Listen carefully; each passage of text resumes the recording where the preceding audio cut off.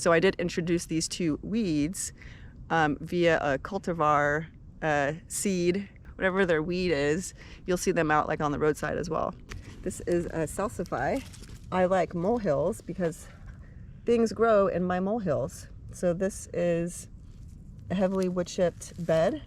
This is some dirt that was exposed by a mole, and things grow in the dirt that don't like growing in wood chips. So this is a biennial. And so when I let it go to seed, it went to seed in its second year. It was up there, second year, went to seed. It sent seeds everywhere. You'll see that there is one there. And it looks like there's little ones there. This is in front of a big broccoli plant that's also a volunteer. And you see these are wild lettuce right there going to seed, or that went to seed. And so here is our two right here. So if one plant have given me this many, and this is just the stuff in my immediate area, then I feel comfortable to harvest one just so I can try it, and the rest I'm gonna let go to seed.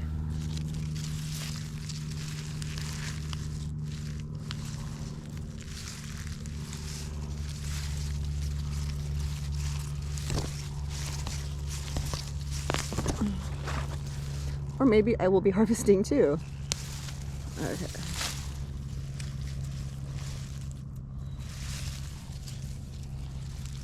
This is exactly what I would expect it to look like. This is supposed to taste like oyster.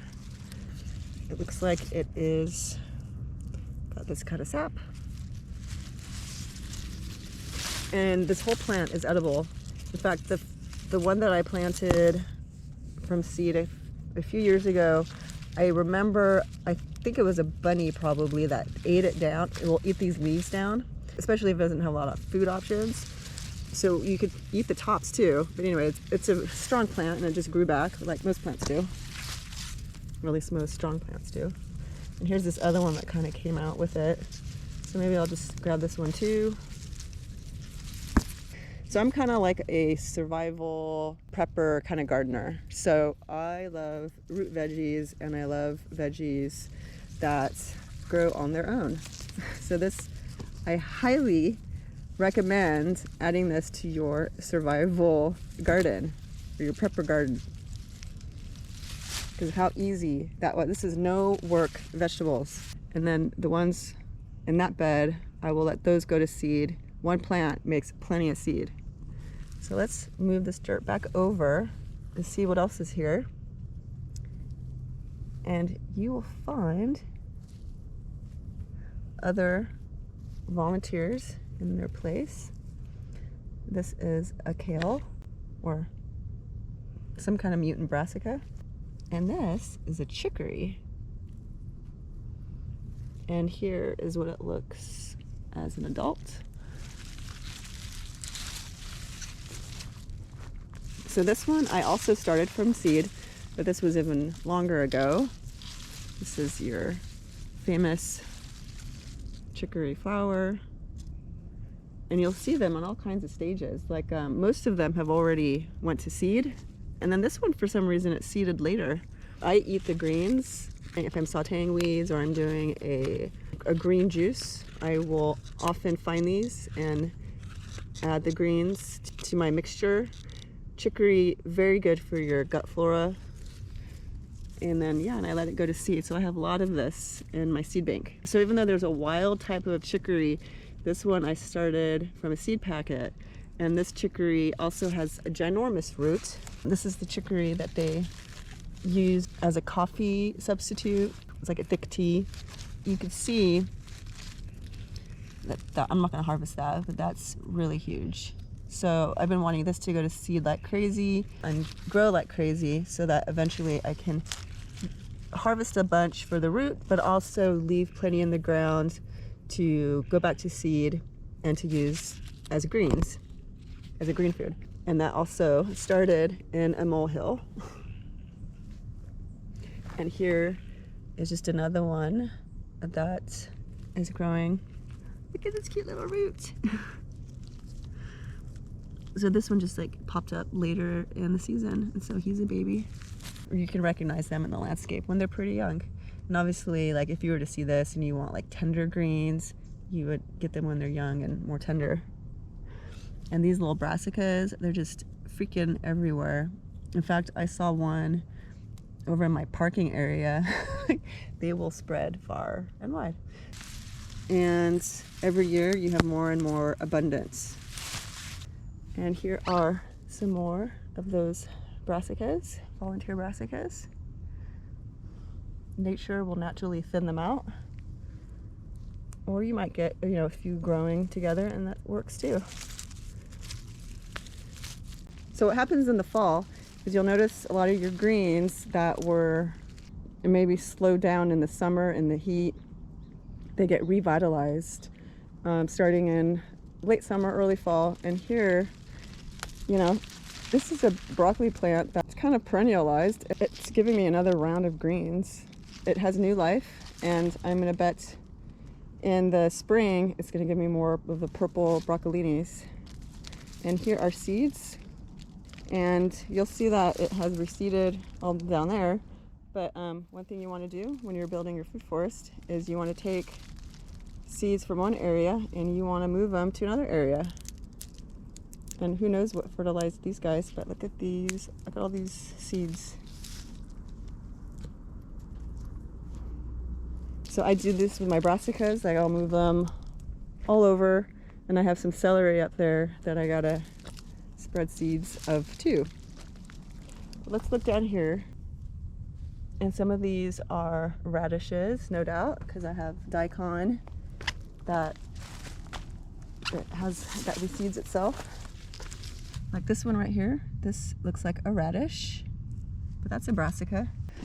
So here's the broccoli growing out of the wall, and you see it snapped off. This also makes good chicken food if you don't want to eat it.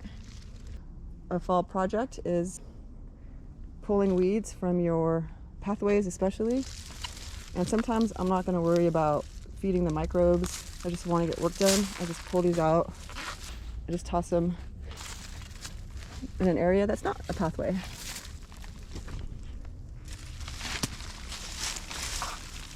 This is all wild lettuce that I've been pulling, and this represents a real easy weed to pull.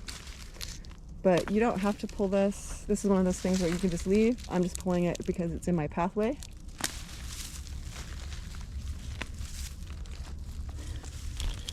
Now that I've removed the wild lettuce here, you can see the little brassica sprouts. These are all mutants. So they have this purple broccoli parentage. There's all kinds of brassica genetics in here. So I will get some that look like red Russians. I'll get some that look like lacinato or dinosaur kale. And I'll get some that look like are probably true to the purple broccoli. You see, like this one is more purple, and nature will thin this out for the most part. I like to leave my dandelions in place, and then if I'm ready to harvest a dandelion, I start with the ones in my pathway. But other than that, I do not remove my dandelions because I see that as an edible.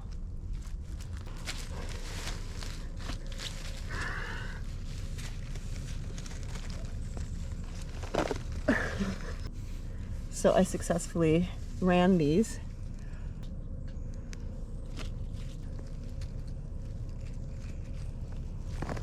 How am I gonna eat all this?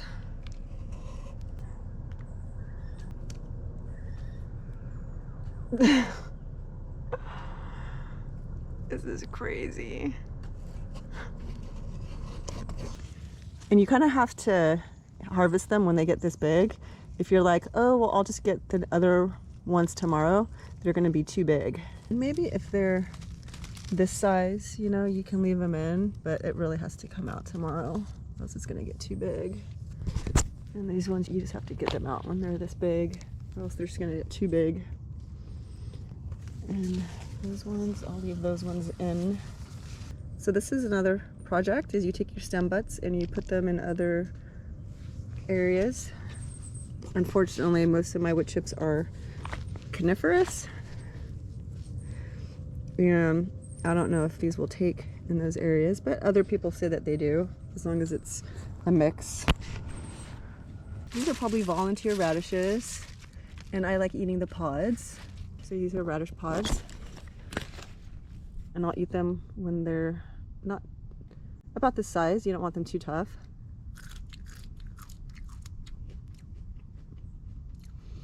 I prefer to eat the pods. You see the inside. So the seeds haven't developed yet, so it's just, you can get a ton of radish bites in these pods, way more than what you get in the root. This is a lettuce cultivar, so this one and this one.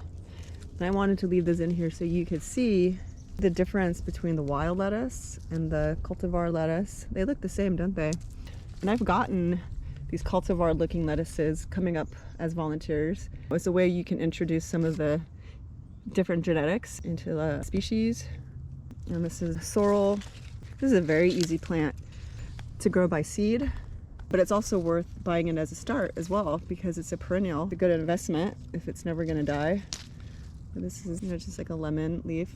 It's actually like chard and beets, where it's high in oxalic acid, so you just gotta be careful about eating too much.